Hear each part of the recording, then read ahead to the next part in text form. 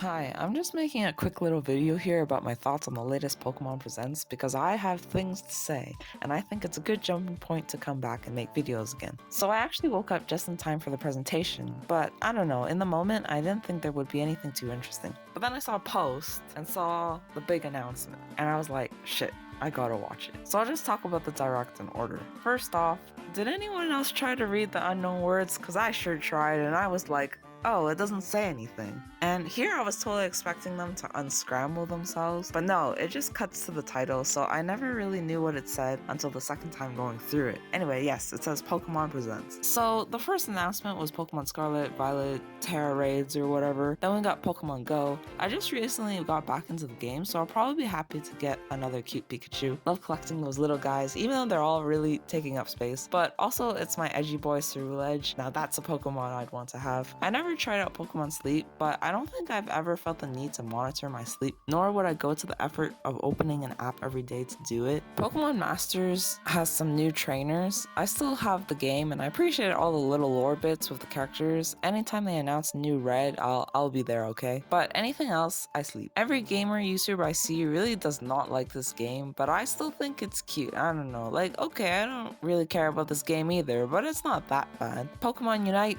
exists. At least it has Ceruledge now. And then we got something new. Yes, the virtual card gacha. The beginning of this trailer makes it look like you're just opening an app to get your cute little PNGs and that's it. And not gonna lie, pulling the lever to see what I get every day amuses my monkey brain. And heck, you get 2 free rolls every day, and a pack has presumably 5 packs. That's essentially a free 10 roll every day. The thing the trailer didn't show until way later is the fact that it's the actual trading card game. I mean, it says quick battles, but I mean, you're still playing the game, so that's pretty cool. And you can actually trade the cards with other people, so yeah. Of course, I don't think this would appeal to fans of the actual card game, because like isn't the whole point of trading cards is to trade physical cards? But for noobs like me who never had a nice Pokemon card and never bothered to really learn the game, it's actually pretty intriguing. But not only that, the pictures are really pretty. I always loved looking at the art in Pokemon cards, and now I could just have a collection of really pretty PNGs with interactable AR effects. That's kind of cool, actually. Now, the big one, Pokemon Legends ZA, or ZA, or Z-A, or ZA, or Z to A.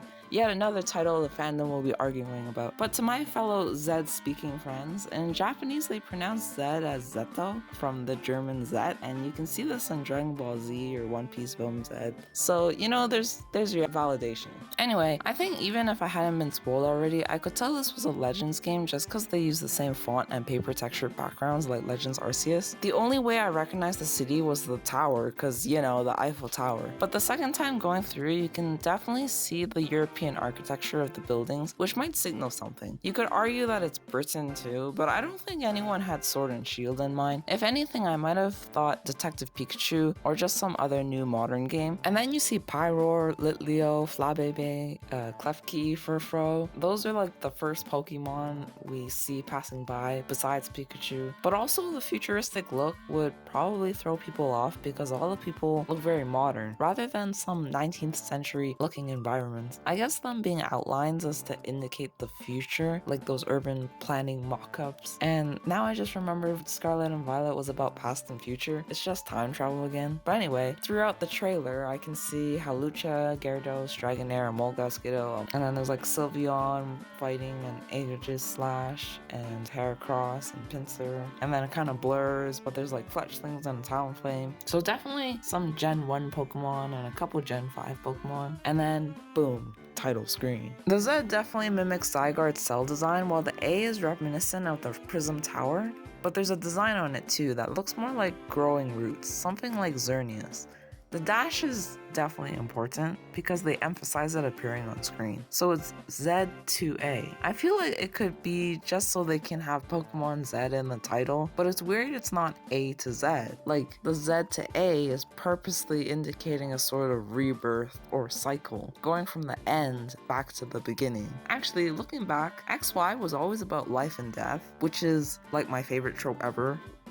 Since The theme here seems to be redevelopment. I can see the story leaning towards the redevelopment of relationships between Pokemon and humans. Also, unlike Legends Arceus, where humans were weak and scared of Pokemon, the lore behind Kalos was that humans literally killed Pokemon and used them as tools. This is the game where Pokemon actually died from the mistreatment caused by humans, and people have actually murdered people, so that's gonna be a really interesting angle to talk about. Also, hold up, I never really noticed, but Lumio City sure reminds me of something. I mean, the nationwide alchemy circle used the life force of the humans in the city to create a giant philosopher's stone. And what does the philosopher's stone do? Grant immortality, revive the dead, just like the ultimate weapon. Coincidence? I think not. Anyway, okay. I get that the layout is the same as the original, but the way it's made out of lines and then it glows blue on a black background before turning into a sketch on paper just makes me think of an alchemy circle. The circular plazas lined up together in a pentagon look much more noticeable this way. In general though, I get that the sketch look is reminiscent of blueprints and urban design, similar to the Arceus trailers that depicted traditional Japanese ink paintings to represent the era. I think what's really cool is that Legends Arceus was during the Meiji period, which in the West would be like the Victorian era. So we're talking late 1800s, early 1900s. And you know what else happened in France during this time? The creation of the Eiffel Tower. It's nothing major, but it's a neat little fact that relates back to the prison tower. There isn't really anything that says that Legends had to be about time travel specifically. Legends Arceus was more or less advertised as a game that took place in the past, and the time travel isekai I think felt more related to Gen 4's story because it's centered on time and space. I think what really interests me is that Legends Arceus' location focused on a rural village, but this time we're focused more on an urban city, so maybe we'll see more buildings and man-made structures. That being said, even Ultra Sun and Moon and Alpha Sapphire Omega Ruby had references to time and space, so I wouldn't be surprised if time warping is going to be a thing still. AZ or AZ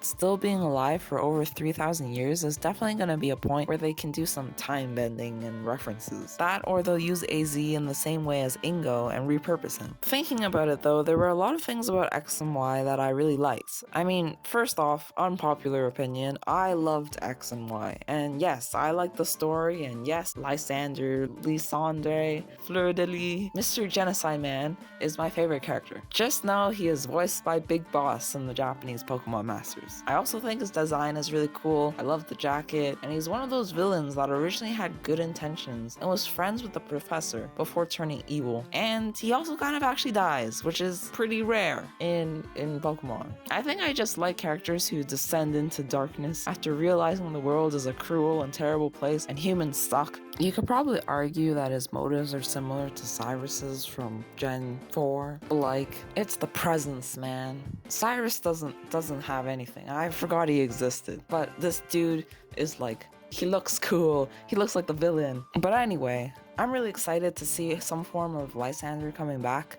Him being actually related to AZ could create a lot of interesting references. AZ and the ultimate weapon will probably take center stage in this story, being that these two things were still talked about in Ultra Sun and Moon and Auras. The writers definitely haven't forgotten about their significance. Why is it Kalos and not Unova? I don't know, but I am happy either way. Sometimes I think because Black and White is so loved that they haven't thought of anything else to do with it. One thing that I don't know is the logo displayed at the top here. I think, like Legends Arceus, the player joins the Galaxy Expedition team, which is a very obvious take on Team Galactic. But X and Y doesn't really have a lot of iconography. They have the Team Flare symbol and the gym badges, and none of these look like this icon. Unless I'm missing something, but someone on Cerebi or Bulbapedia will find out. But given what we have, I'm going to guess there's going to be a theme of light in this one. Lumio City is also related to light. The symbol looks like starlight or something. Light and dark, life and death.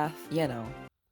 Wait, it just came to me. The A is the ultimate weapon, and I realized the logo that I was wondering about is also from the ultimate weapon, because at the top of this thing there's a little ring, and then there's something piercing through it. So, ta-da, I found it. Okay, and while I'm here, I might as well just say, I forgot to talk more about Zygarde's lore and how he's the guardian of the ecosystem. So, being that I think this game is a lot about Zygarde's story, so maybe maybe the redevelopment of Lumio City causes a disturbance in the ecosystem, and that's when Zygarde comes out and starts to attack. So we as the player must defeat him and solve the issues between humans and Pokemon, possibly. But also him being related to cells and life energy kind of reminds me of things like sunlight and light in general, nature, and things like that. And the final thing, Mega Evolution. As a casual Pokemon fan who doesn't even collect all the Pokemon or care much for competitive battling, I never really missed them in the mainline games. Like, I always thought these were just the gimmick of the game and they'll move on to the next thing. They were more of an aesthetic thing to me, really. That being said, it's nice to see that they're back and we can hopefully see more Mega Evolution. As you can see, I talked a lot about the Pokemon lore more than the game, and I think that's just because Legends Arceus really upped the standard of good storytelling. As an anime fan, the world of Pokemon was always the most interesting aspect of Pokemon. I'll be honest, the competitive battling, turn-based RPG combat has never really interested me, and I think with the games I really wanted to find joy in not just battling, but like being in the world and catching Pokemon. Pokemon Go was the first instance of that feeling of immersion, and it's also why I actually really like Let's Go Pikachu and Eevee. It was a smaller game, sure, but it got the feeling of being in the world, really interacting with Pokemon. So with Legends Arceus, this was the one.